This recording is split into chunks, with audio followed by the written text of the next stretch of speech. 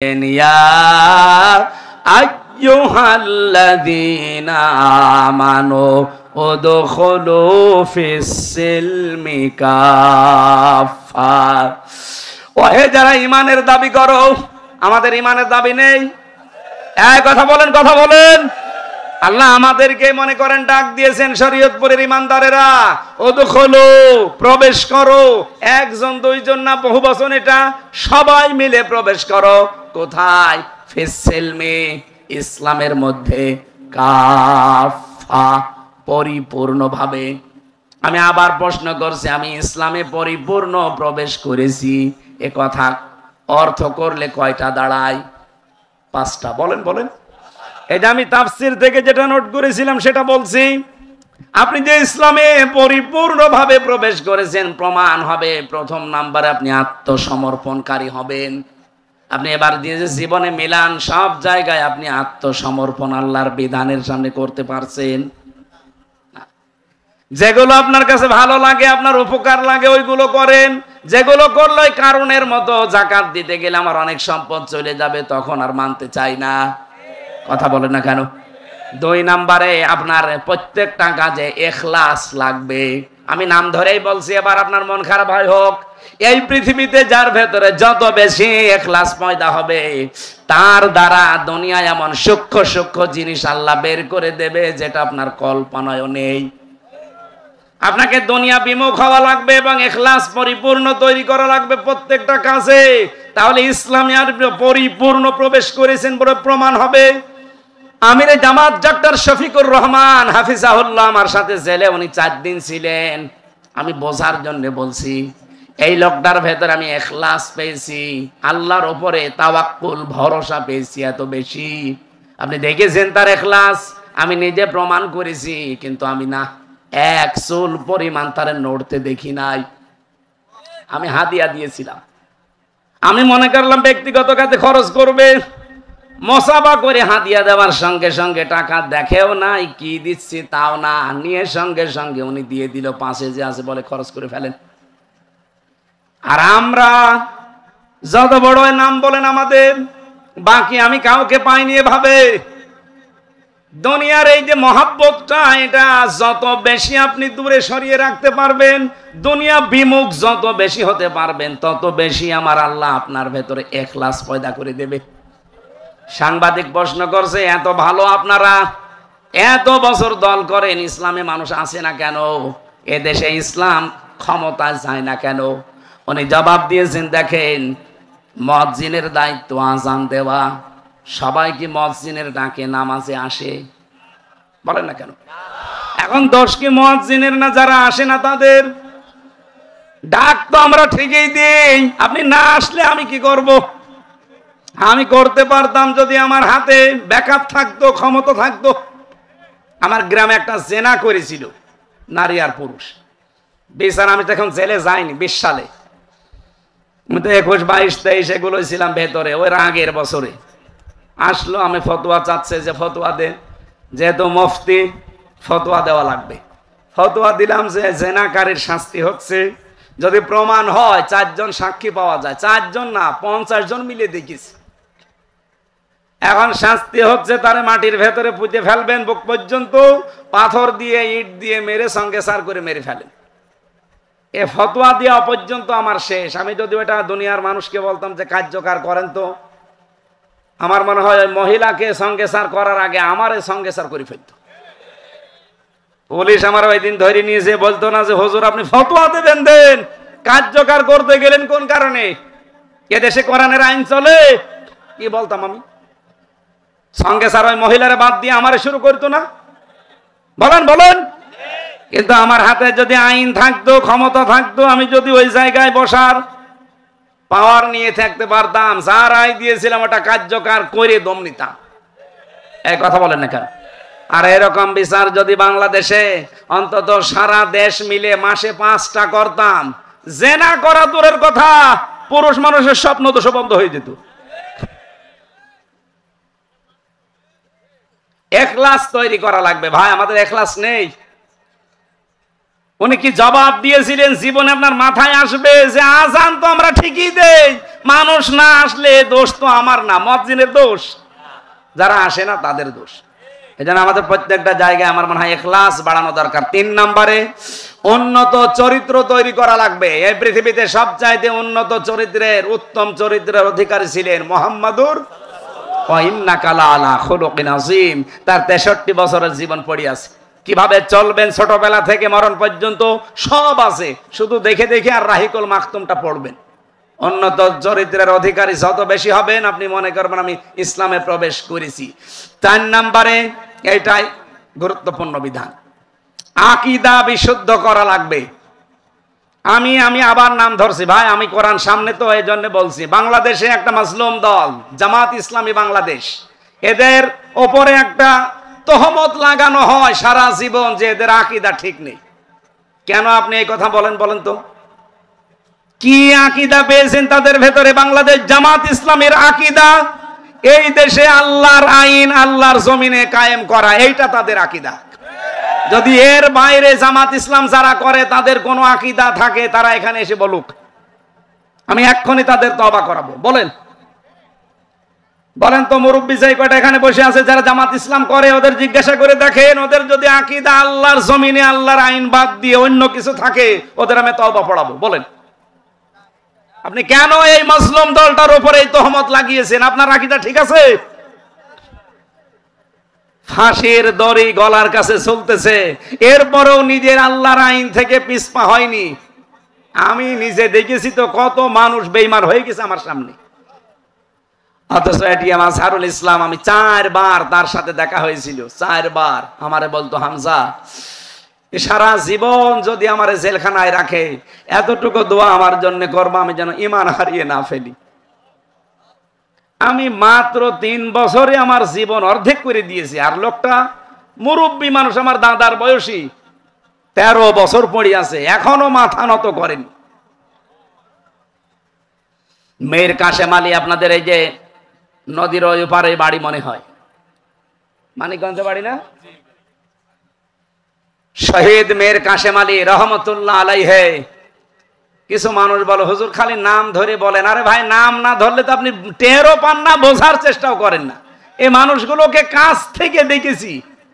ফাঁসি হবে 3 ঘন্টা পরে, কারারক্ষীরে বলছে আমি ঘুমালাম 2 ঘন্টা, 1 ঘন্টা আগে আমার ডাক দিও। আপনি বলেন আমার আকীদা ঠিক নেই। আপনার আকীদা কি? ওই জায়গা না। আপনারা যদি এখনই বলে যে 5 দিন পরে আপনি মরে যাবেন, আপনি মনে হয় এখনই মরে যাবেন। 5 নম্বরে লেনদেন সঠিক করা লাগবে। কি কথা বললেন না কেন? লেনদেন আমাদের আছে। যেই দোকানে বাকি খায়, আমার মনে হয় ওই দোকানের সামনে দেওয়া যায় না, পাশ দিয়ে ঘুরে যায়। এমনকি কোরআন দিয়ে যারা আমল করবে তাদের পুরস্কার আল্লাহ নিজে দেবে। এই যে আজকে বাংলাদেশের আলেম ওলামা এবং সাধারণ জনতা সবাই কিন্তু প্রায় এক কথা জানাচ্ছে যে নারী কমিশন যেটা বানিয়েছে এটা বন্ধ করা লাগবে। কারণ এগুলো একটাও কোরআনের আমল না। এখানে 13টা পয়েন্ট আছে, যে সব আমি লিখে নিছি, একটা পয়েন্টও কোরআনের না। যতগুলো পয়েন্ট লিখেছি এখানে বলতে গেলে প্রায় 20 মিনিট যাবে। সুতরাং আমি এক কথায় জবাব দিতে চাই, আমরা আমল করব। এদেশে 92% আমরা মুসলমান। কোরআনের আমল ছাড়া কোনো আমল আমরা রাজি না। আপনি অন্য কোনো আমল করলে যে কিছু পাবেন না তা না, পাবেন। কিয়ামতের দিন হয়তো আল্লাহ বাদ দিয়ে নিজে ফেরেশতাদের দিয়ে, নবী রাসূলদের দিয়ে আপনার পুরস্কারটা দিয়ে দেবে। কিন্তু কোনো মানুষ যদি এই পৃথিবীতে কোরআনের আমল করতে পারে, আল্লাহ নিজের হাতে পুরস্কার দেবে। আমার মনে হয়, এখানে আমি ভুল বলছি কিনা জানি না, খালি আলেমরা বাদ দিয়ে এখানে অনেকে আমরা যারা বসে আছি তারা এই কথা বলতে পারবেন না যে এখন যে কোরআনের আমল কয়টা। পারবেন বলতে? অনেকেই আমরা জানি না। অথচ আমান আমিলা বিহি উজিরা, যারা কোরআন দিয়ে আমল করবে তাদের পুরস্কার আল্লাহ নিজে দেবেন। কারণ আল্লাহ যদি কোনো বিষয়ের পুরস্কার দেয়, কত দেবেন সেটা আমাদের এই হিসাবে নেই। এজন্য আমরা আল্লাহর হাত থেকে পুরস্কার নেওয়ার জন্য এই কোরআনে আল্লাহ আমল দিয়েছেন 500। কত? এগুলো আমাদের করা দরকার না? আমান হাকামা বিহি আদালা, বিশ্বনবী বলেন, কোরআন দিয়ে কেউ যদি বিচার করে সে ন্যায় বিচার কায়েম করতে পারে। এই 54 বছরে আমরা কোরআনের বিচার দেখি নাই, এই জন্য ন্যায় বিচারও দেখি নাই। যদিও 15.5 বছরে শুধু মিথ্যার ঝুলি ছড়িয়েছে যে আমরা ন্যায় বিচার কায়েম করে ফেলেছি, ডাহা মিথ্যা কথা। এটা যে আমি নিজে প্রমাণ, ন্যায় বিচার যে ছিল না বিশেষ করে 15 বছরে, তার প্রমাণ আমি জিজ্ঞাসাও করি না, আমি নিজেই ভিকটিম। আমার 3টা বছর আপনি আটক করে রাখলেন কোন আইনের বলে বলেন? মামলা দিয়েছেন, দেন জামিন পাওয়া আমার অধিকার, কিন্তু মামলাটা আমার সিএমএম কোর্ট, জজ কোর্ট, হাইকোর্ট মিলে 30 বারের উপরে উঠেছিল, একবারও জামিন দেননি। তার মানে এদেশে কোরআনের বিচার নেই, এই জন্য আমরা ন্যায় বিচার পাইনি, সব অবিচার পেয়েছি। আমার তো তাও 3 বছর গেল। আপনাদের জেলার সন্তান অপু সাহেব কত বছর ভেতরে ছিল বলেন? বাস্তবতা আপনি আন্দাজে বললে হবে। এ পৃথিবী বড় কঠিন অবস্থায় চলে গিয়েছিল শুধু কোরআনের বিচার না থাকার কারণে। যেহেতু আমার মনে হচ্ছে, আমার বিবেকেও বলে, আমার দেখা কথা যেটা, এই 15.5 বছরে যত মামলা দিয়েছে রাজনৈতিক ভাবে সবগুলোই মিথ্যা আর বানোয়াট, সব। আমি নিজে যেহেতু ভিকটিমের জন্য বলছি, তারেক জিয়া সাহেবকে আপনি মিথ্যা মামলা দিয়ে 1-2 বছর না 8 বছর সাজা লাগিয়ে দিয়েছিলেন। প্রমাণে যে হয়নি, তাকে খালাস দিয়ে দিয়েছে আদালত। তার স্ত্রী ডাক্তার জোবাইদা রহমানকে 3 বছর সাজা দিয়েছিলেন, প্রমাণ করতে পারেননি, তারে ছেড়ে দিয়েছেন। ম্যাডাম খালেদা জিয়াকে 6 বছর সাজা দিয়েছিলেন শুধু রাগ করে। এই কথা বলছেন না কেন? প্রমাণ করতে পারেননি, এখন তাকে খালাস অলরেডি দিয়ে দিয়েছেন। আমি চাই এই 15.5 বছরে যারাই ভেতরে আছে, মিথ্যা মামলা নিয়ে, মিথ্যা সাক্ষী নিয়ে একজনও যেন ভেতরে আর না থাকে। বাবর ভাইকে ছেড়ে দিয়েছেন, গিয়াসউদ্দিন মামুন সাহেবকে ছেড়ে দিয়েছেন, জাকির খানকে ছেড়ে দিয়েছেন। আমি আলহামদুলিল্লাহ আরো ছেড়ে দেন। আমরা চাই এটিএম আজহারুল ইসলামকেও ছেড়ে দেওয়া লাগবে। এ কথা শুনলে অনেকের আবার চুলকানি ওঠে। না না মানে তার যে সাক্ষ্যের ভিত্তিতে আপনি আটক করে রেখেছেন, একটা সাক্ষী নাকি দেখেছে 6 কিলোমিটার দূর থেকে, একজন 3 কিলোমিটার, একজন 1.5 কিলোমিটার, 6 কিলোমিটার দূর থেকে যে সাক্ষী দেখলো, ও কি বাস পাখি? ও পাওয়ার কত ছিল চোখের বলেন তো? এগুলো সব মিথ্যা বানোয়াট। শুধু একজন মানুষের হিংসার প্রতি, হিংসার শিকার হয়ে দেশের হাজারো মানুষের জীবন নষ্ট হয়ে গেছে। সব চাইতে আশ্চর্য এবং কঠিন লাগে যাদের আয়না ঘরে রেখে দিয়েছিল তাদের জন্য। আপনি নিজেকে একটু দাঁড় করান তো ওই জায়গায়। একটা জীবিত মানুষ, এদিকে 3.5 হাত, এদিকে 2.5 হাত, সামনে টয়লেট দেওয়া, 1-2 মিনিট, 5 মিনিট, 10 মিনিট, 2-3-5 দিন না, কেউ 8 বছর, কেউ 10 বছর, কেউ 12 বছর পড়ে আছে। আপনি খালি শুনছেন, নিজেকে ওই জায়গায় দাঁড় করিয়ে বলেন কত কঠিন অবস্থা তারা পার করেছে। আমিও মিনি আয়না ঘরে 10 দিন ছিলাম।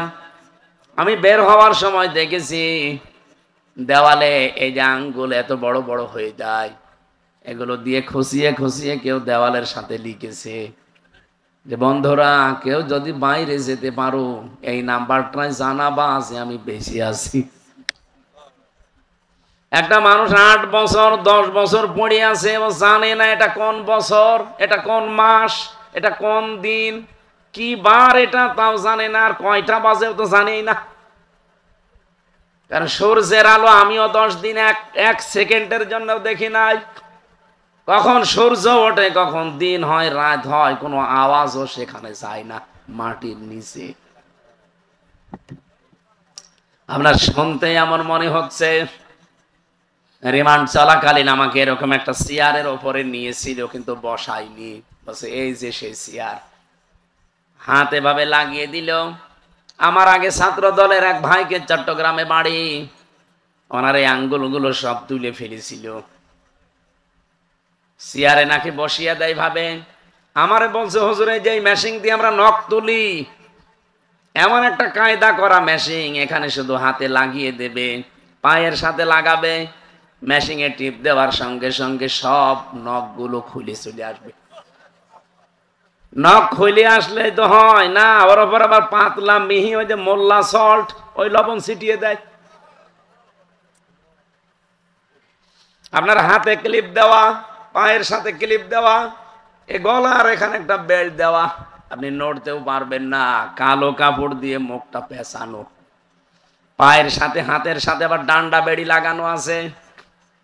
কাউকে যদি পেছনে দিয়ে, আমারে পেছনে দিয়েছিল, পেছনে হাত ডান্ডা বেড়ি দিয়ে ওই যে হ্যান্ডকাপ দিয়ে লাগানো, পায়ের সাথে ডান্ডা বেড়ি দিয়ে মাজায় দড়ি টাঙিয়ে 11 ঘন্টা ওরা রেখে দিয়েছিল। কি কিছুই না, আন্দাজে। চেয়ারের ওপরে নাকি ওই ভাইকে বসিয়ে, উনি আমার পাশের ছেলে ছিলেন, বলছিল ভাই একবার টিপ দিল, ওরা বলছে একবারে নাকি 1 মিনিটে 120 বার ঘোরে। আপনি বলেন তো 1 মিনিটে যদি চেয়ারটা 120 বার ঘোরে, তো সেকেন্ডে কয়বার?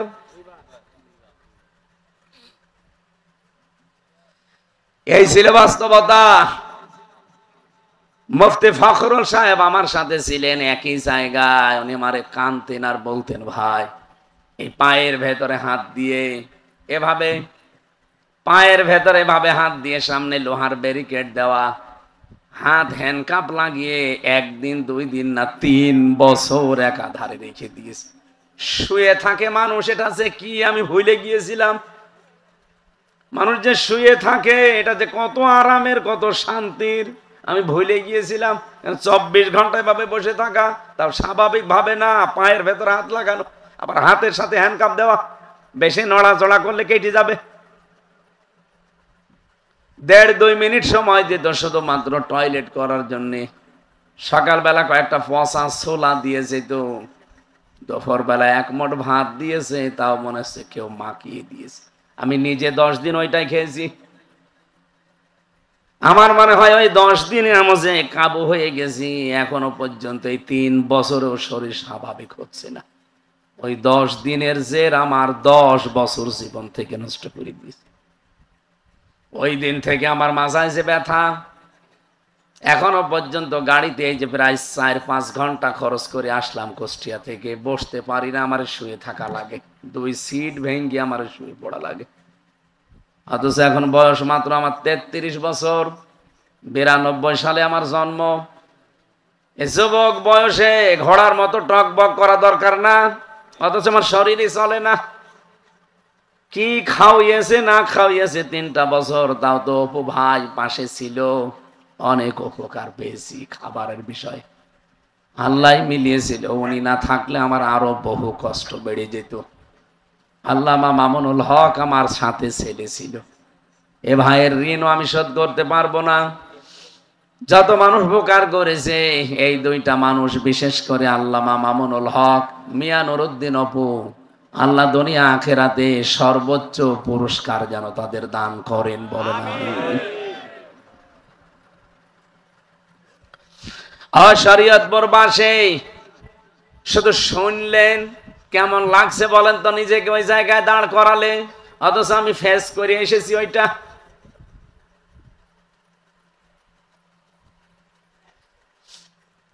কোরআনের বিচার যতদিন এই জমিনে কায়েম করতে না পারবেন, আল্লাহর কসম এই জমিনে ন্যায় বিচারের আশা করা যায় না।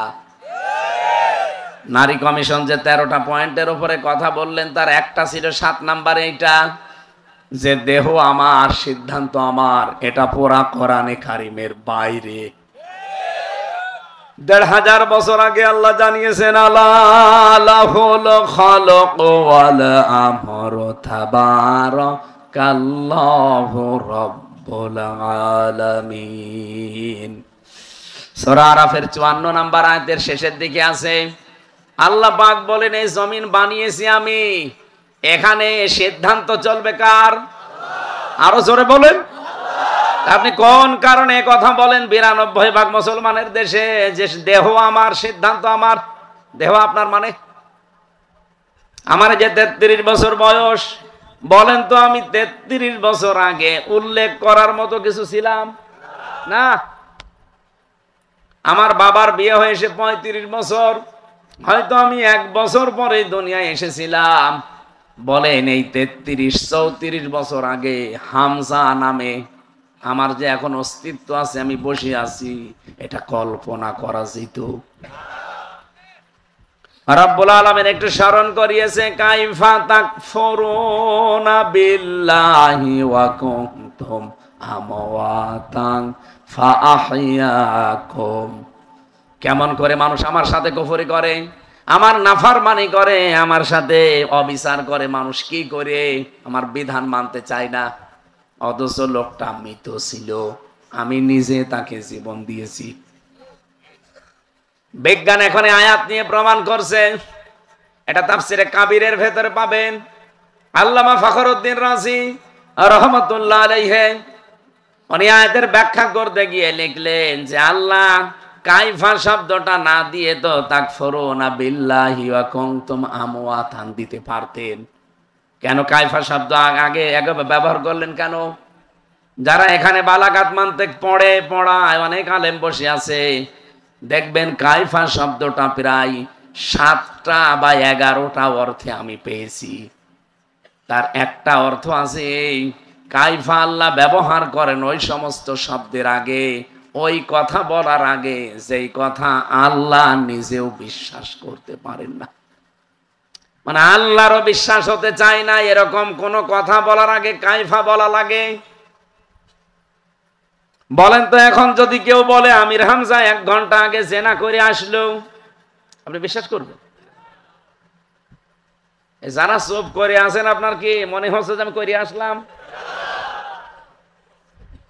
কি বুঝলেন এখান থেকে বলেন তো? যে আমার মতো একটা কাঠ মোল্লা, আমি কাঠ দিয়ে মনে হয় বানানো, আমার মতো একটা কাঠ মোল্লা এতটুকু হুজুর যদি জেনা করে এসেছে, আপনি বিশ্বাস না করেন, আল্লামা দেলাওয়ার হোসাইন সাইদি জেনা করেছে, এটা আপনি বিশ্বাস করেন কি করে? 1 কোটি হামজা এক জায়গায় করলে তার পশমের সমান খেদমত হবে। সে কোরআন মাথায় নিয়ে পর্যন্ত জানিয়েছিল যে 71-এর একটা কাদা আমার গায়ে লাগে নাই, আর আপনি তার উপরে মিথ্যা তহমত এমন দিয়েছেন, শেষে জেনাকার বানিয়েছেন। এই জন্য বারবার আমার জেলখানায় দেখা হয়েছিল, উনি আমাকে বলতেন হামজা আমি মারা যাব, শহীদ হব, কিন্তু এই বদনাম নিয়ে আমি মরতে চাই না যে জাতি জানবে আমি জেনাকার। আমি মরতে চাই কিন্তু আমি শহীদ হতে চাই, এই বদনাম নিয়ে আমি মরতে চাই না। শরীয়তপুরবাসী আমার মতো একটা ছোট মানুষকে এই অপবাদ দিলে আপনি বিশ্বাস করতেছেন না, অথচ কোরআনের পাখি 50টা বছর যিনি কোরআন প্রচার করলেন সারা দুনিয়ায়, তাকে এই মিথ্যা তহমত দেওয়ার পরেও অনেকে দেখে বিশ্বাস করে। রিমান্ডে আমি 10 দিনে অন্তত 8 দিন তাকে আমারে সঙ্গে সঙ্গে তারেও ওই অফিসাররা গালি দিত। আমারে গালি দিবেন দেন, আমার মামলা যদি রিলেটেড হয় দেন, আপনি সাইদি সাহেবকে টেনে এনে গালি দেন কেন? এই যে কোরআন শরীফ আমার সামনে, মোবাইলে মহিলা কণ্ঠ এমন ভাবে রেকর্ড করে এডিটিং করে ওনার কণ্ঠের সাথে লাগিয়ে, যেটা স্বামী স্ত্রীও বলে না এরকম নিকৃষ্ট কথা 8-10 মিনিট 15-20 মিনিট আমারে শোনাতো। এই দেখ, তাও যদি ভালো ভাষায় বলে যে হুজুর দেখেন কি, এই দেখ তোর হুজুর কি করিস। অথচ বিসিএস ক্যাডার, এসপি, ডিসি, আমি চাই ডিসি নজরুল ইসলাম মোল্লা, ডিবির ডিসি মশিউর রহমান, আপনাদের এই পাশের জেলা গোপালগঞ্জের আসাদুজ্জামান, মনিরুল ইসলাম, একটাকেও জানো এখন যারা দায়িত্বে আছেন এগুলো একটাকেও ছাড়বেন না, এগুলো মানুষ না, এগুলো সম্পূর্ণ পোড়া জানোয়ার। আর আমার মনে হয় কাউন্টার টেররিজমের এই ইউনিটটা তুলে দেওয়া দরকার, কোনো কাজ নেই। আন্দাজে মুসলমানদেরকে বিশ্বের সামনে জঙ্গি নাটক সাজানোর জন্য হাসিনা এদের বানিয়েছিল, সেইটাই ওরা করেছে। জঙ্গি যে নেই তার প্রমাণ বাংলাদেশে 9 মাস। আপনি বলেন তো একটা জঙ্গি 9 মাসে ধরা পড়েছে? কোথায় পেয়েছেন ভণ্ডামি? এখন যিনি ডিএমপির কমিশনার শেখ সাজ্জাদ হোসেন, উনি 2-3 দিন আগে এটা জানিয়েছে বাংলাদেশে জঙ্গি বলে কিছু নেই, সবগুলো ওদের সাজানো নাটক। আমার নামও দিয়েছিল জঙ্গি মামলা, আমি নাকি বাংলা টিমের প্রধান। কি এটা? আমি ওনারে বললাম যে স্যার কি? আমরাও জানি না। তা আপনি জানেনই না আর আপনি আমার নামে মামলা অলরেডি দিয়ে দিয়েছেন, যে তাও এক জেলা না, সারা বাংলাদেশের নাকি আমি প্রধান। আমার শরীরই চলে না আর আমি প্রধান হয়ে পড়িস না। জেলে যে একজনকে পেয়েছিলাম আব্দুল মতিন, হচ্ছে আল্লাহ দলের সভাপতি সারা বাংলাদেশের। ওরে বললাম ভাই আল্লাহ দলের সভাপতি আপনি, সেক্রেটারি কে? বলছে আমার ছেলে। আপনি সভাপতি, আপনার ছেলে সেক্রেটারি, এদেশে আর কেউ নেই আপনাদের। এই হচ্ছে জঙ্গি। শয়তান পর্যন্ত মনে হয় হাসত যে এ কি গো, বাড়ি থেকে আমার দুইলে নিয়ে আসলো আমার কুষ্টিয়ার হালসা থেকে। পরের দিন পেপারে দিল যে ওনার আমরা চড়হাঁস থেকে নিয়ে এসেছি। আর পয়লা দিন থেকে এটা মিথ্যা কথা। আরে 3 বছরে তো মিথ্যার উপরেই ছিল। যেদিন আমার রিমান্ড নেয়, 10 দিন রিমান্ড চেয়েছিল, 7 দিন রিমান্ড দিয়েছিল।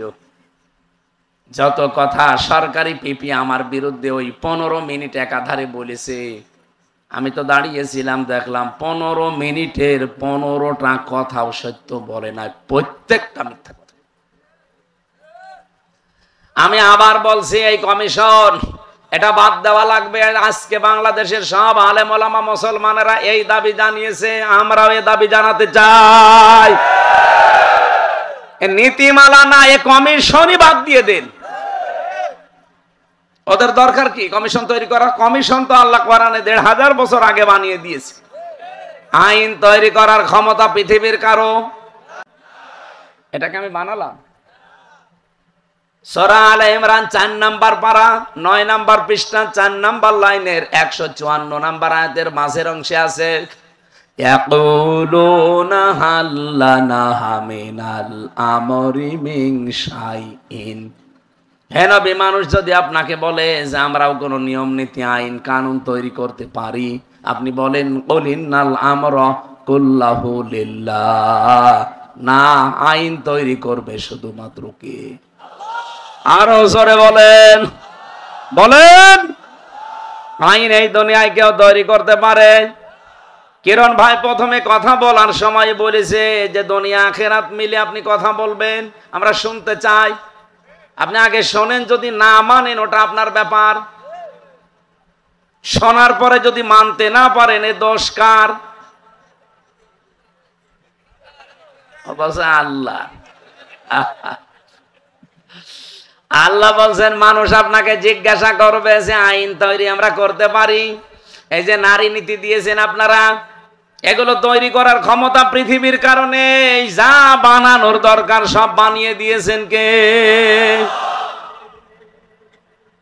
সারা জীবন একটা কথা কিন্তু আমরা শুনছি যে শিরিক, শোনেননি?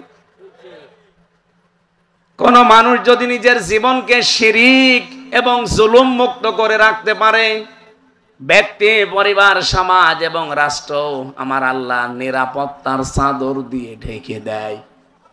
আজ আমাদের দেশে নিরাপত্তাহীনতা চলে আসতেছে, বিশেষ করে আমাদের এই প্রতিবেশীদের কারণে। আমাদের এই কুখ্যাত নিকৃষ্ট এই পৃথিবীর জঘন্যতম প্রতিবেশী ইন্ডিয়া, এই ভারত প্রতিবেশী হওয়ার কারণে আমাদের কপালে আগুন লেগেছে। এরা না হয়ে যদি আমরা পৃথিবীতে কোন মহাসাগরের মাঝখানেও বাস করতাম, তাও এত ঝামেলায় পড়তাম না। এই 54 বছরে আমরা দাঁড়াতে পারি না শুধুমাত্র এই কোলাঙ্গার প্রতিবেশীদের কারণে। এত মিথ্যা কথা যে ওরা বলে। এই যে কিছুদিন আগে মাইক্রোসফট রিপোর্ট দিয়েছে 257টা দেশ নিয়ে। 257 দেশের রিপোর্ট আমি পড়ে দেখলাম, তামাম পৃথিবীতে সব চাইতে বেশি মিথ্যা তথ্য সরবরাহ করে ভারত। কলকাতার এক সাংবাদিক আছে না, মলম সাংবাদিক, কি জানো না, ময়ূখ। আমার মনে হয় ওরা যদি আমি সামনে পাই, এক হাত না দুই হাত দিয়ে চড়বো। ওই শয়তানের একবার মুসলমানি দেওয়া দরকার। এত মিথ্যা কথা আর বানিয়ে বানিয়ে কথা বলতে পারে শয়তান। আমার মনে হয় এই বাংলাদেশের হকারও অত নিকৃষ্ট না। কথা বলেন না কেন? হকাররা তো তাদের ঔষধ বিক্রি করার জন্য বিভিন্ন সময় একটু আউল ফাউল বলে, ওর মতো বলে না। ও যত মিথ্যা কথা, যত মিথ্যা তথ্য পরিবেশন করে। 54টা বছর আমরা দাঁড়াতে পারি নাই শুধু এদের এই মিথ্যা তথ্যের কারণেই। সারা পৃথিবীর মডলদেরকে ওরা জানিয়েছে আমাদের দেশে নাকি সাম্প্রদায়িক দাঙ্গা তৈরি হচ্ছে, এই দেশে জঙ্গি মাথা ছাড়া দিয়ে উঠতেছে। হঠাৎ করে নারী কমিশন এই বিষয়গুলো কেন সামনে এনেছে? কেউ না বুঝলে দেশের আলেমরা বুঝে ফেলেছে। সারা দুনিয়া এখন দেখছে দেশটা ইসলাম এবং মুসলিম যারা, এ মানুষগুলো এখন উঠতেছে উপরে। আগস্টের 5 তারিখের আগে এই দেশে 100 জনের 15 জন মানুষ বলতো আমরা ইসলাম চাই। কতজন? মাত্র 15 জন। 100 জনের 15 জন। তার ভেতরে হাশেমি সাহেব হয়তো একজন। কি আপনি জিজ্ঞাসা করেন? 100 জনের ভেতরে যদি 15 জন এই দেশে ইসলাম চায়, আব্দুর রব হাশেমি একজন। কথা বলা লাগবে। এখনকার জরিপ বের করেন, বাংলাদেশে এখন 100 জনের কমপক্ষে 77 জন মানুষ বলছে আমরা ইসলাম চাই।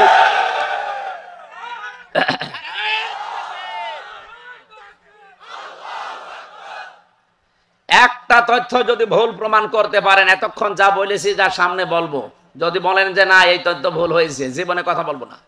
কিন্তু যদি আপনি তথ্য ইন্টারনেট ঘাটেন, কোরআন হাদিস ঘাটেন, যেখানে যা দেখবেন, বিজ্ঞানের যত তথ্য আমার জানা আছে, যদি কোনোটা ভুল পান, প্রমাণ করে দিতে পারলে জীবনে ওই কথা আর বলবো না। যদি ভুল প্রমাণ করতে না পারেন, আপনাকে মেনে নেওয়া লাগবে। আপনি নিজেও লেখাপড়া করেন না, হামজা বলবে আপনি মানবেনও না। আপনি কি হয়েছেন কি?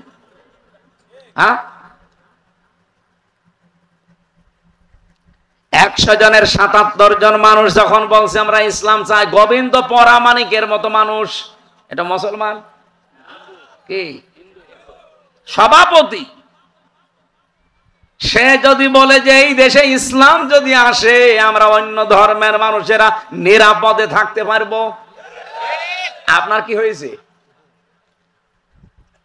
এই কথাগুলো যখন বিশ্বে যাচ্ছে, এর পেছনে অবশ্যই কোন রাঘব বোয়াল কাজ করছে, যারা হঠাৎ করে মেয়েদের দিয়ে কোরআনের বিপক্ষে 13টা পয়েন্ট লিখেছে। আমরা জানাতে চাই দেশে 92% অন্তত আমরা মুসলমান। 92% লাগবে না, 92 জন যদি মুসলমান আমরা এই দেশে থাকি, কোরআনের বিরুদ্ধে, হাদিসের বিরুদ্ধে একটা পয়েন্ট এ দেশে কায়েম হতে দেওয়া যাবে না। রাজি আছেন না আপনারা? কারা রাজি আছেন দেখে লিল্লাহি তাকবীর। ইসলাম আল কোরআনের আলো সবসময় সমাধান। নারে তাকবীর। শরীয়তপুরবাসী, আমি যে কথা তুলেছিলাম, আল্লাহ কাইফা শব্দটা ব্যবহার এমন কেন, এমন ভাবে করলেন, আলেমদেরকে বলছি। এবার আমি নিজে যেহেতু পড়ে এসেছি সেইটা শোনাচ্ছি। আল্লাহরও বিশ্বাস হতে চাই না যে হামজা এটা করতে পারে।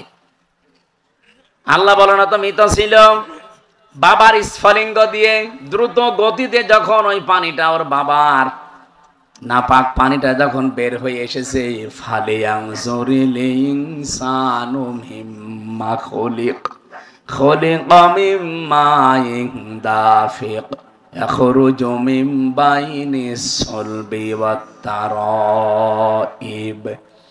আয়াতের মাঝে একটু খেয়াল করেন তো, আল্লাহ পাক ইয়াখরুজু মিন বাইনিস সুলবি ওয়াত তারাইব দিয়েছেন। সুলবুন 1 বছর, তারাইব বহু বছর।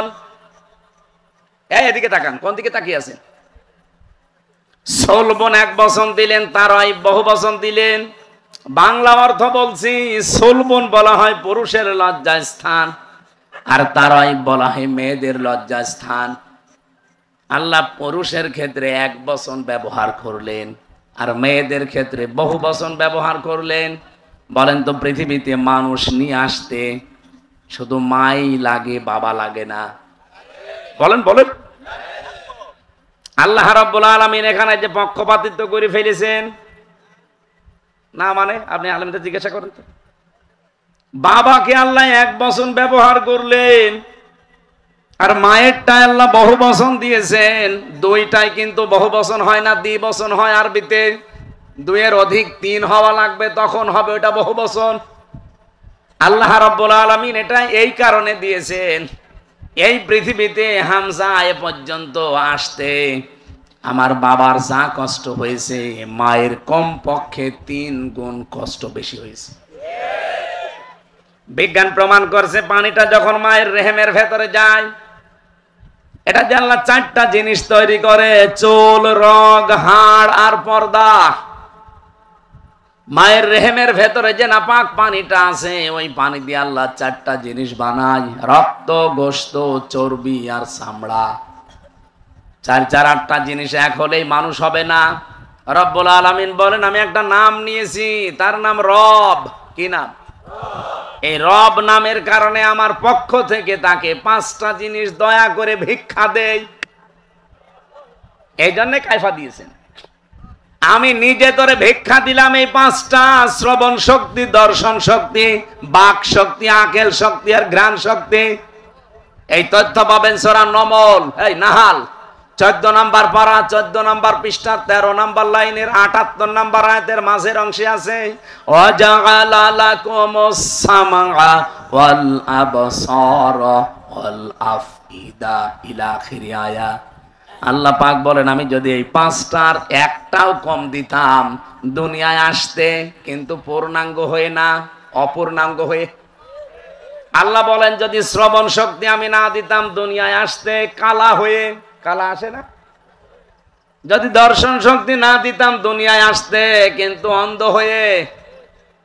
কিরণ ভাইকে বলছি, যেহেতু ভালোবাসি আপনাকে, আপনি বলেন তো, আপনার মার বাবা 2 জন মিলে আপনাকে 4টা জিনিস নাই দিলেও বাকি যে 5টা জিনিস খেয়ে দিয়েছে। যদি আপনার দর্শন শক্তি আজকে না দিত, আপনি আমার আগে 5 মিনিট না এখানে আপনাকে উঠতেই দিত না। কানা নামই হয়েছে তো কানা কিরণ। আমি হাসির খোরাকি দেয়নি, এটা বাস্তবতা। আমাকে উঠতে দিতেন আপনারা? আরে ভাই, এইটা পাওয়ার কারণেই তো কিয়ামত পর্যন্ত সেজদায় পড়ে থাকা দরকার। মানে আমার কিছু দরকার নেই, আমি চোখ পেয়েছি। কুমিল্লাতে এক বাড়িতে বসে খাবার খাচ্ছিলাম, হঠাৎ বিদ্যুৎ চলে গেল। পাশে এক অন্ধ আমার হাত চেপে ধরেছে। আমরা যাই কারেন্ট চলে গেছে, চিল্লা পাল্লা করছি। আমারে বলছে, হুজুর মাত্র 1.5 মিনিট 2 মিনিট কারেন্ট চলে গেছে, আপনি চিল্লান। অথচ আজ 42 বছর আমার জীবনে কারেন্ট নেই। আমি প্রথমে কিন্তু দেখতে পেতাম ছোটবেলায়, টাইফয়েড হওয়ার কারণে চোখটা আমার নষ্ট হয়ে গেছে। আজ 42টা বছর হয়ে গেল, দুনিয়া কেমন আমি জানি না।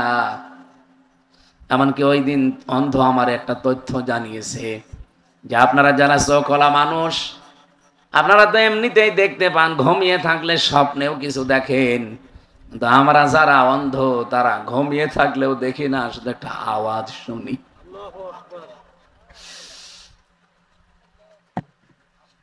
নড়িয়াবাসে জীবনে কিছু না পেলেও কোনো আফসোস নেই, চোখ পেয়েছি, দেখতে পাচ্ছি।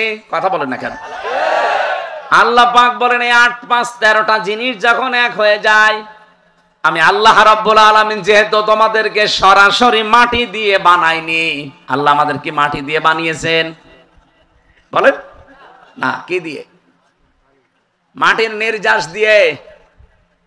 ওয়ালাকাদ খালাকনাল ইনসানা মিন সুলালাতিন মিন তিন সুম্মা জাআলনাহু নুতফাতান ফি করারিম মাকিন। বলেন আল্লাহু আকবার।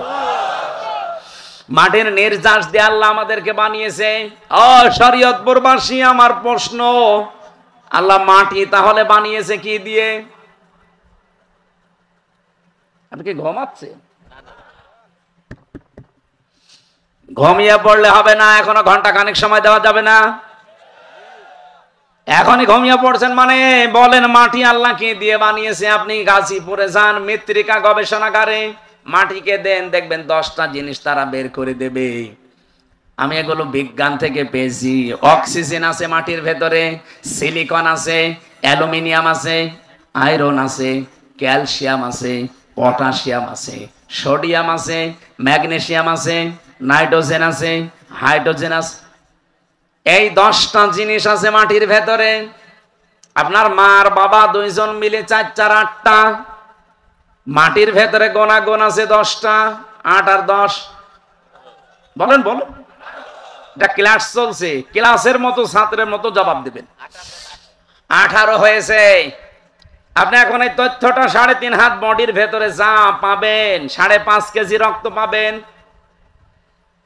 9768 প্রকার চামড়া পাবেন এই 3.5 হাত বডির ভেতরে। এক একটা জায়গায় 360টা জোড়া পাবেন, বিভিন্ন জায়গায় জয়েন্ট দেওয়া আছে। এই যে যতটুকু জায়গায়, এই আঙ্গুলের ভেতরে 153টা রেখা আছে। এই পৃথিবীর সবচাইতে আশ্চর্য বিষয়, দুনিয়া তৈরি হওয়ার পর থেকে আজকের এই দিন, এখান থেকে কিয়ামত পর্যন্ত সবকিছু যদি মিলে যায়, মানুষের এইটা মিলবে না। আল্লাহ পাক বলেন 8 আর 10 যেহেতু হয়েছে 18, মানুষ তৈরি করতে কমপক্ষে 23টা উপাদানের প্রয়োজন হয়। আমার আল্লাহ নিজের পক্ষ থেকে আমি বললাম কয়টা? 5টা। বলেন বলেন। 18 আর 5 23টা। এই 23টা জিনিস যখন পরিপূর্ণ হয়ে যায়, ফেরেশতারা তখন বলে, আল্লাহ এর ছেলে বানাবো না মেয়ে বানাবো? সিদ্ধান্ত দেয় কে? আপনি যে বললেন আমার শরীর আমার সিদ্ধান্ত, কোথায় পেয়েছেন আপনি? আপনার কোন সিদ্ধান্ত চলবে না। সিদ্ধান্ত যা দেওয়ার ওই সে শুরু আরম্ভ করেছেন সিদ্ধান্ত দেওয়াকে। ওয়াল্লাযী ইউসাউবিরুকুম ফিল আরহামি কাইফা ইয়াশা। সূরা আলে ইমরান 3 নাম্বার পারা 9 নাম্বার পৃষ্ঠা 6 নাম্বার লাইনে 6 নাম্বার আয়াতের প্রথম অংশে আছে, তিনি সে আল্লাহ যিনি মায়ের রেহেমের ভেতরে তোমাদের আকার আকৃতি তৈরি করেন। এটা কারো কাছে জিজ্ঞাসা করে আল্লাহ করেছেন? বলেন বলেন। কারো কাছে জিজ্ঞাসা করা লাগে নাই, উনি যা ইচ্ছা তাই সিদ্ধান্ত নিয়ে করেছেন। সুতরাং এই সমস্ত আইনগুলো সব ভাওতা, বানানো আইন, এগুলো সব বাতিল করা লাগবে। আমার দেহ আমার সিদ্ধান্ত, এটা কুফরি কথা, এটা আল্লাহর সাথে শিরিক। বলেন না কেন? যেহেতু আমরা নিরাপত্তা হারিয়ে ফেলছি, প্রতিবেশীদের কাছ থেকে এখন নিরাপত্তা আমরা নেই, আর ওদের কাছ থেকে নিরাপত্তায় কেউ নেই। ওদের সাথে মালদ্বীপের মিল নেই। যে কয় আমার সাথে যে হুজুর ছিল মালদ্বীপে, এরপরে শ্রীলঙ্কায়, ওদের পাশাপাশি যত দেশ আছে আপনি দেখেন, একটা দেশ ওদের কাছে নিরাপদ না। মালদ্বীপ নিরাপদ না, শ্রীলঙ্কা নিরাপদ না, ভুটান নিরাপদ না, পাকিস্তান নিরাপদ না, আফগানিস্তান নিরাপদ না, মায়ানমার নিরাপদ না। আমরা হালকা নিরাপদ ছিলাম, বুবু ছিল, বুবু নেই। আমরা বুবু চলে যাওয়ার পর থেকে আমরা নিরাপত্তায় ভুগতেছি। আমার ভাইরা, আল্লাহ রাব্বুল আলামিন সূরা আনআম 82 নাম্বার আয়াত 7 নাম্বার পারা, এটা 17 নাম্বার পৃষ্ঠার প্রথম নাম্বার লাইনে আছে। কি করে নিরাপত্তা পাওয়া লাগে আর নিরাপত্তা দেবে কে, এই কথাটা তিনি জানিয়েছেন। আল্লাযীনা আমানু ওয়া লাম ইয়ালবিসু ঈমানাহুম বিযুলমিন উলাইকা লাহুমুল আম ইলা আখির আয়াত। আল্লাহ পাক বলেন, পৃথিবীতে যারা ঈমান আনবে, ঈমানের দাবি অনুযায়ী, ঈমানের সাথে কোনো দিন তারা নিজের ইমানের সাথে জুলুম এবং শিরিক। এখানে জুলুম মানে শিরিক, এটা যারা মিশ্রণ করবে না, উলাইকা লাহুমুল আমন, আমি আল্লাহ নিজে বলছি এই মানুষগুলোই নিরাপত্তার হকদার। আমাদের নিরাপত্তা রাশিয়া দিতে পারবে না, আমাদের নিরাপত্তা আমেরিকা দিতে পারবে না। এই কথা বলছেন না কেন? আমাদের নিরাপত্তা দেশের কোন দল দিতে পারবে না, আমাদের নিরাপত্তা দিতে পারে শুধুমাত্র কে? এই জন্য আল্লাহর নিরাপত্তা পাওয়ার জন্য বাংলার জনগণ, এটা রেকর্ড হচ্ছে, সারা দুনিয়া চলছে এখন লাইভে, সবাইকে বলছি নিরাপত্তা যদি সত্যি পেতে চান তাহলে ইমানের সাথে কোনোদিন জুলুম শিরিক মিশ্রণ করা যাবে না। এখন শিরিক কি? সারা জীবন তো শুনছি শিরিক। শিরিক কি? এটা শিরিক বিল জাত হয়, শিরিক বিল সিফাত হয়, শিরিক বিল ইখতিয়ার হয়, শিরিক বিল হুকুক হয়। আপনি শ্রেণী বিন্যাস করবেন, দেখবেন হাদিসের কিতাবে তাফসীরের বর্ণনা আমি 120 প্রকার পর্যন্ত পড়েছি। এক কথায় জবাব দিচ্ছি, শোনেন। শিরিক হচ্ছে আল্লাহ যেটা পারে ওইটা অন্য কেউ পারে, এই কথা বিশ্বাস করার নাম শিরিক। আমি যে একটা আগে বললাম যে আমার দেহ আমার সিদ্ধান্ত, এটা শিরিক, কারণ আল্লাহ যেটা পারে আপনি ওইটা বলেন। বলেন, আমি আয়াতের দলিল দিয়েছিলাম না? সূরা আরাফের 54 নম্বর আয়াতের শেষের দিকে আছে, আলা লাহুল খালকু ওয়াল আমরু, সৃষ্টি যার, সিদ্ধান্ত আরো জোরে বলেন। এটা যদি আপনি 100 ভাগ বিশ্বাস করে থাকেন কোরআনের আয়াতকে, এদিকে তাকিয়ে এখনই সিদ্ধান্ত পাল্টাবেন।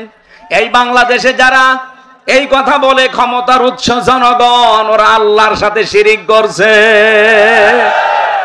এই শিরিকে আছেন কারা? হাত তোলেন তো। একজু ওর মাথার মনে তার কাটা আছে।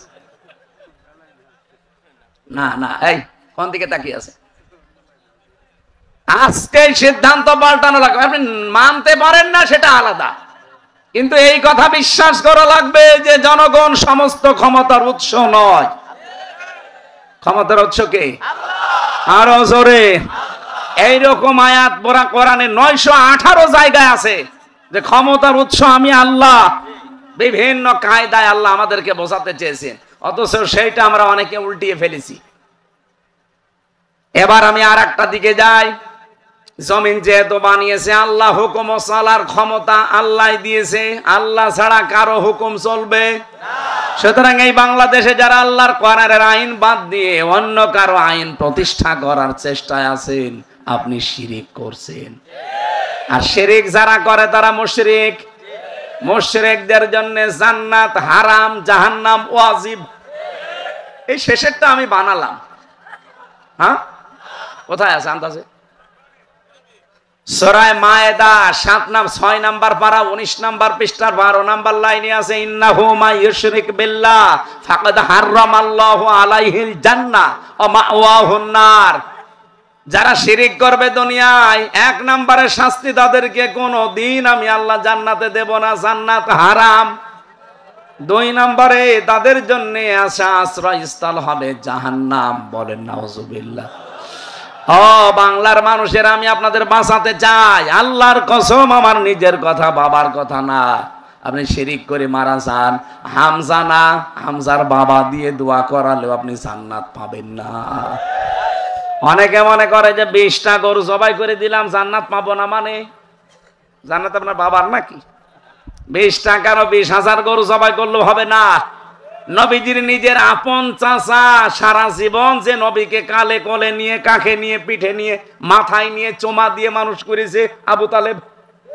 এই লোকটা যেদিন মারা যাচ্ছিল, নবীজি গেলেন, মাথার কাছে হাত দিয়ে বললেন, ইয়া আম্মি আবি তালিব, লা ইলাহা ইল্লাল্লাহ হাজ্জুল লাকা ইনদাল্লাহি ইয়াউমাল কিয়ামা, রাহুল বুখারী।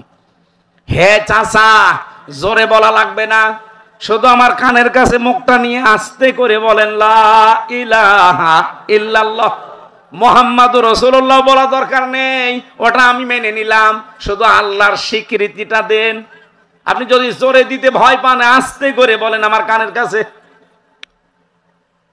ওতবা, সাইবা, আবু জেহেল, আবু সুফিয়ান শুনেছে, ডাক দিয়ে বলেন, নেতা পড়বা, সারা জীবন বাপ দাদার ধর্ম মানলে, এখন বাপ ভাতিজার নতুন ধর্ম অনুসরণ করে কলঙ্কিত হবা, মানুষ তোমারে কাপুরুষ বলবে, ভীরু বলবে।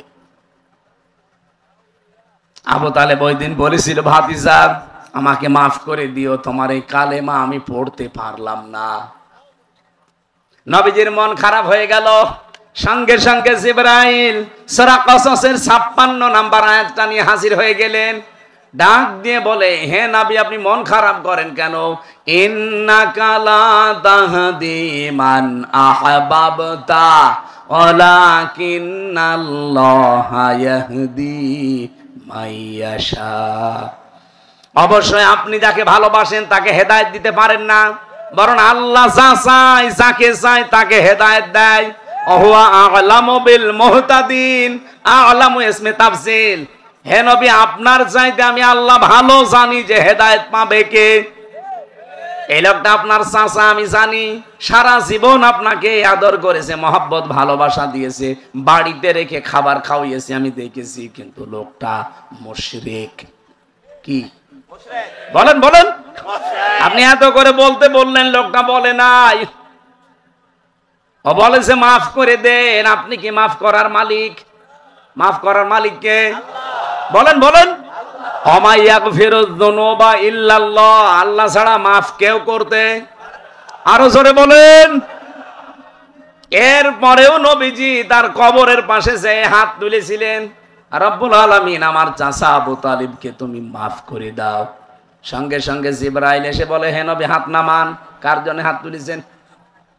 মা কানা লিন-নাবিয়্যি ওয়াল্লাযীনা আমানু আইয়াস্তাগফিরু লিল মুশরিকিন ইলা আখিরি আয়াত। সূরা তাওবা 113 নাম্বার আয়াত, 11 নাম্বার পারা, 4 নাম্বার পৃষ্ঠা, 4 নাম্বার লাইনে আছে। হে নবী হাত নামান। কার জন্য হাত তুলে আপনি বসে আছেন? এই লোকটা আপনার চাচা, আমি জানি। আপনি যদি নবীও হন, এমনকি কোন নবীর জন্য পৃথিবীতে কোন মুমিনের জন্য জায়েজ নেই যে কোন মুশরিকের জন্য আল্লাহর কাছে সে ক্ষমা চাবে, যদিও এটা নিজের নিকট আত্মীয় হয়। শরীয়তপুরবাসী, যে নবী জীবনে কোনোদিন হাত তোলা লাগে নাই, মনের ভেতরে কামনা আসলেই কবুল হয়ে গেছে, সেই নবী হাত তুলে বসে আছে, আল্লাহ হাত ফেরত দিচ্ছে। আর বাংলাদেশে টাটকা মুশরিক মরে যাচ্ছে, আর আমরা দোয়া করে গরু জবাই করে জান্নাতে দিয়ে আসছি, মনে হচ্ছে জান্নাত ওর বাবার। আপনি মন খারাপ করছেন আমি জানি ভাই, এইটাই সত্য কথা, এইটাই হক কথা। বাংলাদেশে বহু মানুষ আমরা দেখতে পাচ্ছি অলরেডি মুশরিক হয়ে গেছে। আপনি শিরিক করলে আপনি মুশরিক। আল্লাহর আইনের পাশে কাউকে দাঁড় করাবেন না, সে যেই হোক।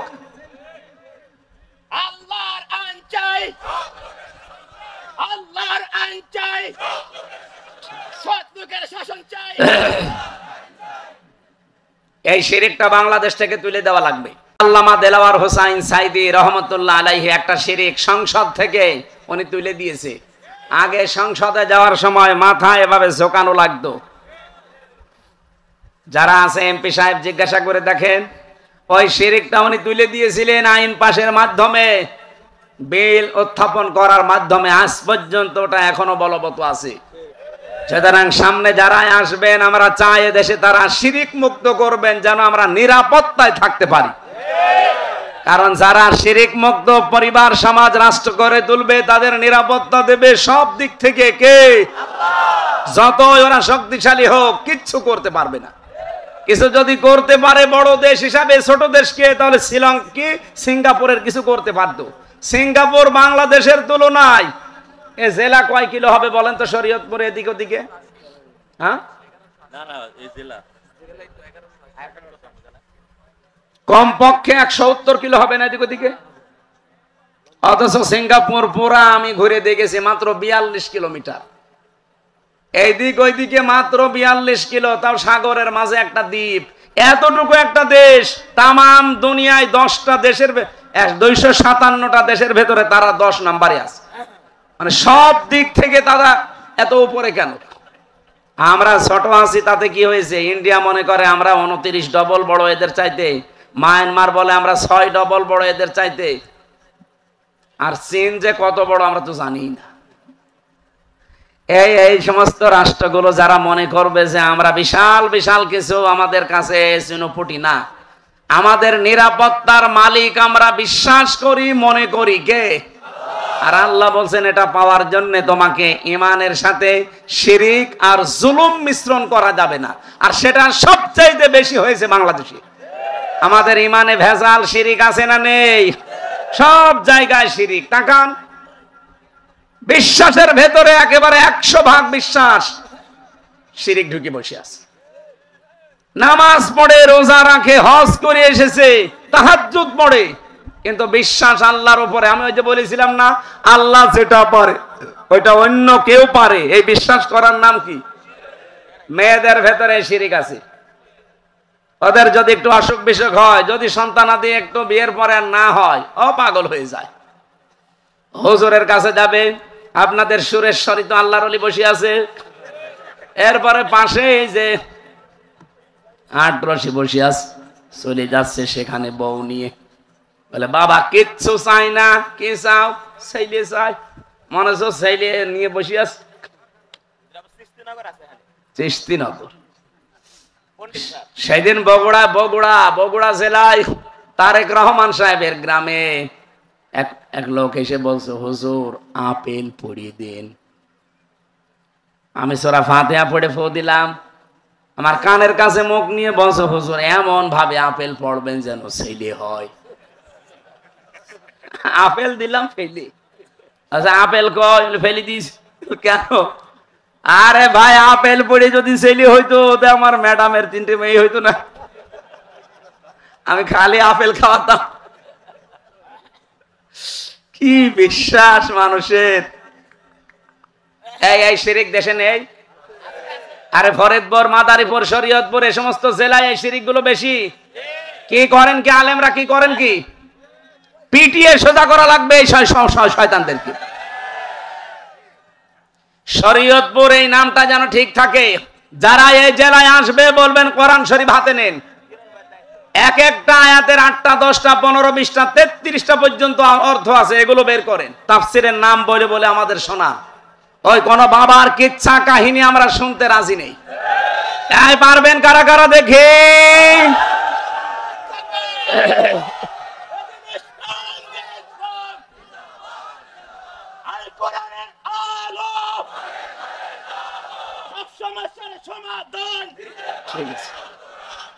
সম্মানিত ভাইরা, আমরা যে কথা তুলেছিলাম সে কথার সারমর্ম এই, অমান আমিলা বিহি আদালা কি অমান হাকামা বিহি আদালা। কোরআন দিয়ে যারা বিচার করতে পারে তারা ন্যায় বিচার করতে পারবে। 54 বছর আমরা কোরআনের বিচার দেখেছি? দেখি নাই, একটাও দেখি নাই। যদি দেখতে পারতাম আপনি বাংলাদেশকে মিনি জান্নাত দেখতে পারতেন। আমি বাইরের দেশগুলোতে গিয়েছি, কোরআনের আইন নেই, শুধু আইন আছে, তাই তাদের দেশে যে শান্তি। এই যে মালয়েশিয়া, সিঙ্গাপুর, থাইল্যান্ড, এই সমস্ত দেশে কোরআনের আইন নেই 100%। মালয়েশিয়াতেও নেই, কিন্তু আইন যা আছে ওই আইনগুলোর প্রয়োগ আছে। এত শান্তি সেখানে বসবাস করে, অথচ 54 বছরও আমরা আজ পর্যন্ত দাঁড়াতে পারলাম না। মালয়েশিয়া 2004 সাল থেকে দাঁড়িয়ে গেছে। কয় বছর হয়? 21 বছরে দাঁড়িয়ে গেল, আর আমরা 54 বছরও দাঁড়াতে পারিনি। এত মারিং কাটিং করলে দাঁড়াবো কি করি বলেন? এত মেরে খেলে দাঁড়াবো কি করি? আমি যে হাদিস পড়েছিলাম, হাদিসের বাংলা কি বলবো? আবার নিজের দিকে টেনে নিয়েন না। আমি হাদিস বলছি, এই দোষ নবীজির নাকি না? মানে আমি তো অ্যাডভার্টাইজ করছি, মানে দাগা মালাই সালাহ ফালাইসা মিন্না।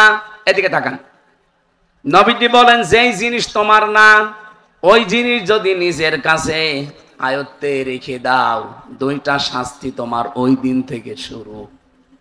1 নম্বরে ফালাইসা মিন্না, এই যে মাঝখানে ফা আছে, যারা আলেম আছে জিজ্ঞাসা করেন তো ফা না দিলেও অর্থ কিন্তু হয়ে যায়, লাইসা মিন্না বললেও অর্থ হয়ে যাবে, ফা দিলেন কেন? উপরে বর্ণিত এই দোষ যদি কারো ভেতরে থাকে, মাস্ট বি, মুসলিম শরীফের হাদিস, টিকায় পড়েন, 100% আপনার উপরে যে শাস্তিগুলো আল্লাহর নবী বললেন এটা কার্যকর হবে। কি কি পাপ? কি পাপ? হচ্ছে যেই জিনিস আপনার না, ওইটা যদি আপনার নিজের আয়ত্তে নিয়ে নেন। আপনার জিনিস না, আপনি নিজের আয়ত্তে ওটা রেখে দিয়েছেন। ওই দিন থেকে ফালাইসা মিন্না, আপনি নবীর উম্মত আর নেই। বলেন এই 15.5 বছরে যে জিনিসের মালিক আপনি ছিলেন না, সেই জিনিস আপনার আয়ত্তে নিয়েছেন এমন মানুষ নেই। আমার নিজেরটাই তো 32 লাখ টাকা নিয়েছে প্রশাসন আমার কাছে, আমার বাবার কাছে। ধরার পরে 10 লাখ নিয়েছে। যেদিন ধরে ওই দিনই বলেছে 50টা মামলা দেব যদি 10 লাখ টাকা না দেন। মনে হচ্ছে মামলা ওদের সব রেডি করা আছে, শুধু নাম ঢুকিয়ে দেবে। আমার বাবা তো গ্রাম্য মানুষ, ও ভয়ে এদিক ওদিক করে ধার কবজা করে বেশি কিনে টাকা দিয়ে 8 লাখ দিয়েছিল। শয়তানরা কথা ঠিক রাখে না, টাকাও নিয়েছে, পরের দিন একটা মামলাও দিয়েছে। এভাবে এই খাপসায় খাপসায় ওরা টাকা নিয়েছে প্রায় 32 লাখ। আকিস গ্রুপে চাকরি করতাম, তাদের কাছেও নিয়েছে প্রায় 33 লাখ। এই যে টাকাগুলো নিল, এই টাকাগুলোর মালিক কি ওরা? এই কথা বলছেন না কেন? আর এখন বিভিন্ন অফিসার মাফ চায়, বলো হুজুর মাফ করে দিয়ে। মাফ করে দিয়ে মানে এই যে তারেক জিয়া সাহেবের গ্রামে গিয়েছিলাম মাহফিলে, আগস্টের 5 তারিখের আগে, ওটা মনে হয় মে মাসে। আমার সব কমপ্লিট, পুলিশ এসে এমন তাড়া দিয়েছে মাঠের ভেতরে, আমি 1.5-2 কিলোমিটার খালি দৌড়িয়েছি। আমার গাড়িটা ধরে নিয়ে থানায় আটক করে দিল। আমার ড্রাইভার পর্যন্ত, আগে যে ড্রাইভার ছিল তারে নিয়ে, এমন মাওলানা আব্দুল বারি ভাই বলে একজন ছিল বগুড়ার, তার পর্যন্ত গাড়ি নিয়ে আটক করে রেখে দিল। দেখ আমারে তো আর খুঁজে পাইনি, আমি তো এদিক ওদিক করে এদিক ওদিক চলে গেছি।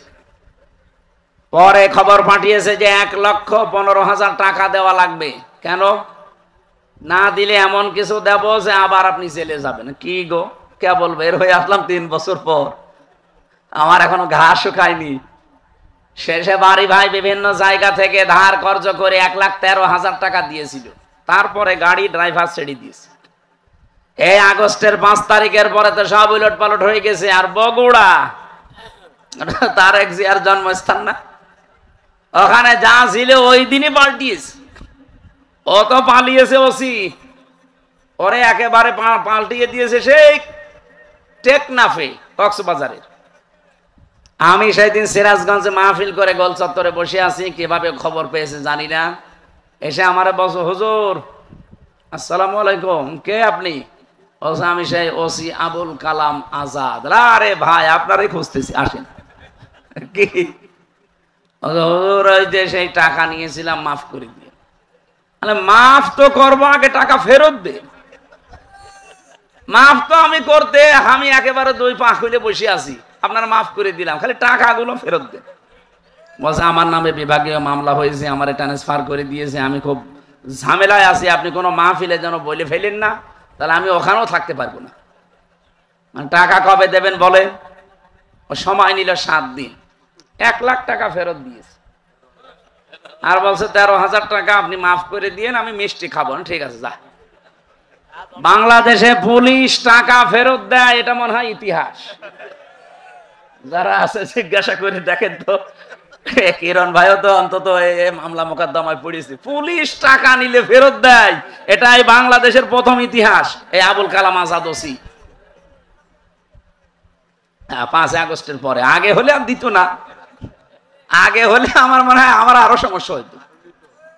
এখন এই যে মানুষগুলো যা নিল, এত পারলাম 1 লাখ, আর ওই যে 32 লাখ আর হাকিজের 33 লাখ, ওইগুলো দেবে কে?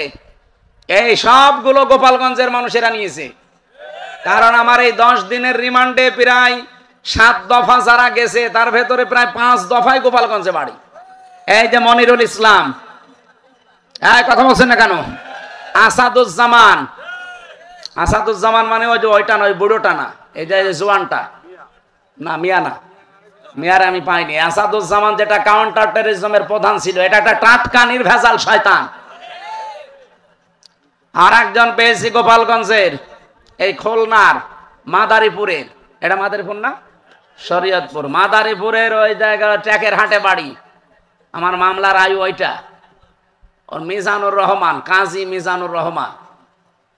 এই শয়তান আমার আকিস গ্রুপের কাছ থেকে মনে হয় এই খ্যাপসায় খ্যাপসায় খালি টাকা নিয়েছে। ওরা বলছে তুই কি আমাকে টাকা পাস? বলছে না, টাকা দেওয়া লাগবে।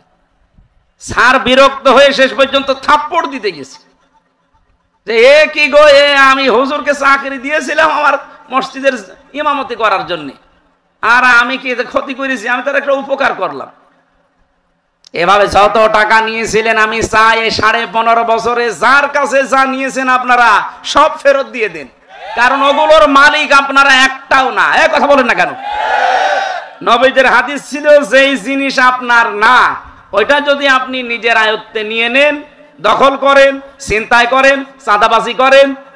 চাঁদাবাজিটা আমার বলা ঠিক না, কারণ এ জেলায় মনে হয় এসব নেই। যদি থাকে, যার জিনিস নিয়েছেন ওটা যদি আপনার না হয়ে থাকে ওইটা ফেরত দিয়ে দেন। ভাই আপনি কিন্তু খুব মুসিবতে আছেন। 1 নম্বরে আপনি ওই দিন থেকে আর নবীর উম্মত নেই, যতই নামাজ পড়েন, রোজা রাখেন, আর আপনি হজ করে আসেন। আমার কথা বোঝা গেছে ভাই? যেই জিনিস যার না ওই জিনিস দাবি করলে সে নবীর উম্মত, যেন নবীর উম্মত থাকে না। 2 নাম্বারটা আরো কঠিন, সে যেন জাহান্নামে একটা স্থান বরাদ্দ করে নিল। বলেন নাউজুবিল্লাহ। এই যে মুসলিম ওয়াকফ আইনগুলো তারা এখন বাতিল করে দিয়ে এই অবৈধ বিল পাস করার মাধ্যমে ইন্ডিয়া আমাদের বাপদাদাদের দেওয়া হাজার হাজার বিঘা সম্পত্তি এখন তারা দখল করে নিচ্ছে। ইসরায়েল তাদেরকে 1940 সালে এই ফিলিস্তিনের মানুষগুলো থাকতে দিয়েছিল দয়া করে, আমরা যেমন রোহিঙ্গাদের দিয়েছি এইভাবে, অথচ শয়তানরা এখন তাদেরকে উৎখাত করে সব দখল করে নিচ্ছে। এই কথা বলেন না কেন? যে জিনিস যার না ওইটা ফেরত দেওয়া লাগবে। এ জেলায় যদি কেউ এরকম কর্মকাণ্ডে থাকেন, যাই দখল করেছেন, যাই নিয়েছেন, যাই চিন্তাই করেছেন সব ফেরত দিয়ে দেন, নাই তো আপনার সব কিছু শেষ।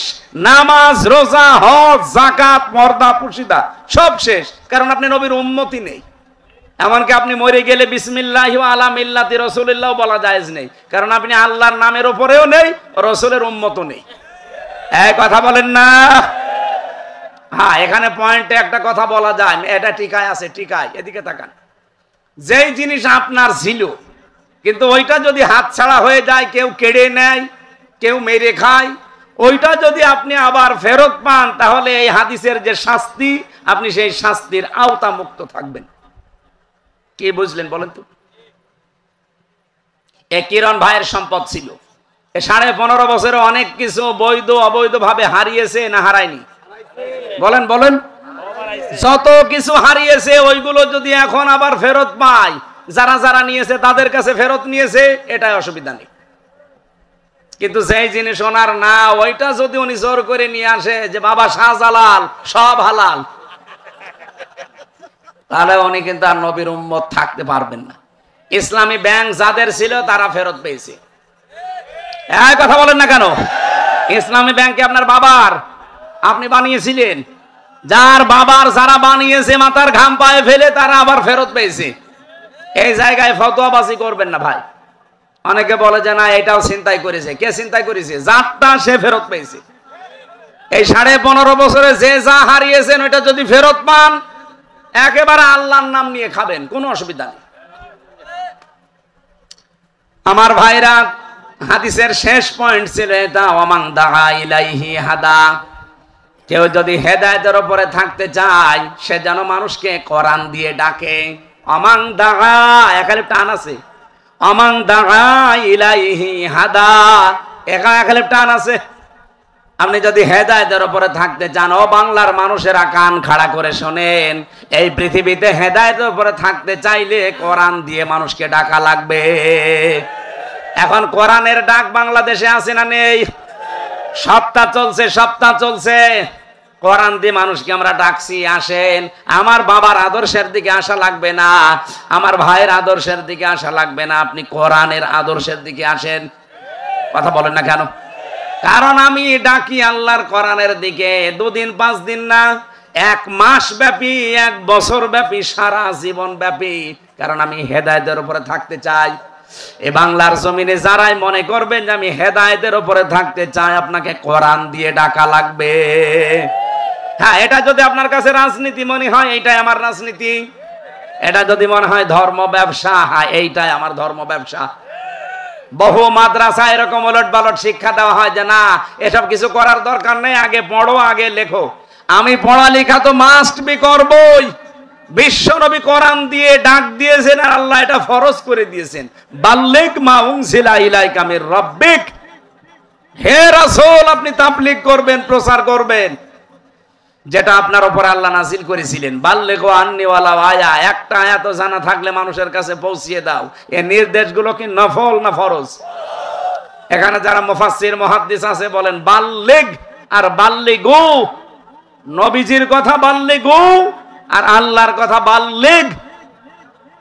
আমর দিয়েছেন, this is my order, so follow. Allah বলছেন আমি আদেশ করলাম, আমি যা নাযিল করেছি ওইটা মানুষের কাছে প্রচার করো। আর নবীজি বললেন বাল্লিগু, একা একা না, সবাই মিলে প্রচার করো। এই কর্মসূচি তো এখন পৃথিবীতে আমাদের হাতে নেওয়া লাগবে, যে যতটুকু জানি ওইটাই প্রচার করা লাগবে মানুষের কাছে। কিসের কথা? কোরআনের। বলেন বলেন। কারণ আমি হেদায়েতের উপরে থাকতে চাই। ফাকাদ হুদিয়া ইলা সিরাতিম মুস্তাকিম। নবীজি বলেন কেউ যদি কোরআন দিয়ে মানুষকে ডাকে আর এই ডাকে যারা সাড়া দেয় তাকে আল্লাহ সিরাতে মুস্তাকিম, জান্নাতের রাস্তা নসিব করে দেবে। এই হাদিসটার উপরে আমল করার তৌফিক কামনা করছি, বলেন আমিন। আমরা বলেছিলাম যে ইসলামে উনি বলছিলেন ওয়ালা তামুতুন্না ইল্লা ওয়া আনতুম মুসলিমুন, মুসলমান না হয়ে মরবা না। আর আমার আলোচনা, আপনি মুসলমান হতে হলে ইসলামে প্রবেশ করা লাগবে। এখন আমার প্রশ্ন হচ্ছে, আমি তো ইসলামে আছি, যে দুখুলু ফিস সিলমি কাফা, তোমরা পরিপূর্ণভাবে ইসলামে প্রবেশ করো।